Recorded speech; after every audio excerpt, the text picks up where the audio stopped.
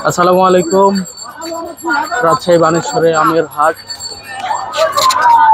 প্রচুর পরিমাণে আমের আমদানি, কিন্তু কেনার মানুষ নাই, অর্থাৎ কেনার ব্যাপারে নাই বললেই চলে।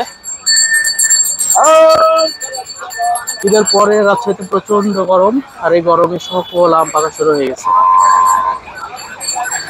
এই দেখুন, রাস্তার বানেশ্বর টু রাজশাহীতে, বানেশ্বর টু ঢাকা রোড এবং বানেশ্বর টু চারঘাট রোড বা বাঘা রোডে প্রায় 5 কিলোমিটার জ্যাম, চারপাশে জ্যাম। সবাই আম নিয়ে বসে আছে। চাচা, কি আম নিয়ে আসছেন? 300 টাকা দাম পাবে না? না, আমের দাম নাই নাকি? আচ্ছা, ঠিক আছে। কতগুলো নিয়ে আসছেন? থাক থাক থাক, ওকে, ঠিক আছে। এই যে জ্যামের অবস্থা দেখেন। আর রোদটা তো রাজশাহীতে রোদ মনে হয়, তাপমাত্রা মনে হয় 50 ডিগ্রি ছাড়াই গেছে। আমের হাটের তাপমাত্রা তো অবশ্যই 50 ডিগ্রি প্রায়।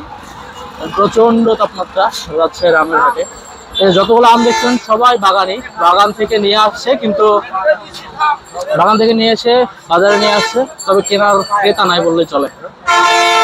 এই আমগুলোতে এখনো কেনার মতো লোক এসে কথা বলেনি বা দাম বলেনি।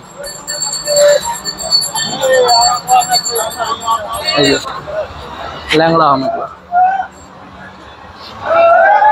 প্রিমিয়াম কোয়ালিটির এ গ্রেডের ল্যাংড়া আম থাকার পরেও কেনার মানুষ নাই, এরকম।